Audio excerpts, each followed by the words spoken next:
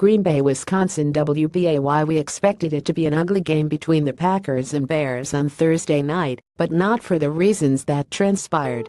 The Packers dominated the scoreboard thanks to dominating the red zone and turnover battle and beating Chicago 35-14 at Lambeau Field, and taking a lead 95,946 in the league's oldest rivalry for the first time since 1932.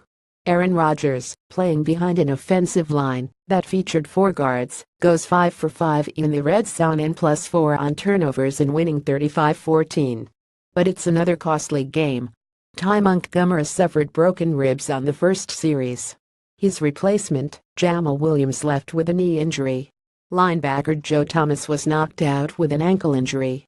And receiver Davante Adams was literally knocked out on a vicious and dirty hit in the third quarter by Bears linebacker Danny Trevathan.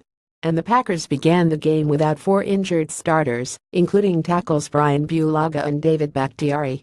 Left guard Lane Taylor moved out to play left tackle for the first time in his football life, with Lucas Patrick playing his first NFL game at guard. And yet, the Packers are 31. We knew we were going to get into a grind of a game. The turnovers were huge for us, especially the points off turnovers, said head coach Mike McCarthy. I thought Aaron Rodgers was exceptional. We are 31 and we took a step as a football team today.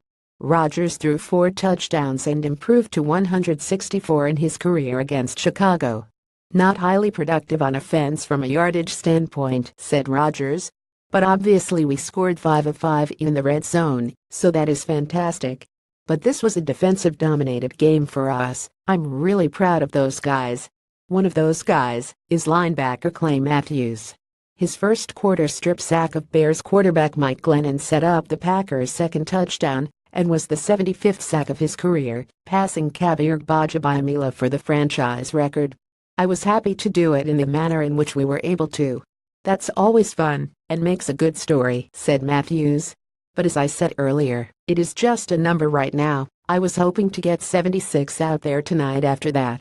It is cool to see, and like I said, I think it will mean more once I step away, and I can kind of reflect on all the memories that I've made in this locker room and out there on Lambeau Field. As for Adams, the latest news after the game was positive. He had movement in all his extremities, and according to Mike McCarthy, Adams was already badgering the hospital staff to let him go home. And as for the hit by Trevathan, the referee said while he called an unnecessary roughness penalty, in his judgment, it did not warrant an immediate ejection. But a fine and suspension are certainly on the table at the league office.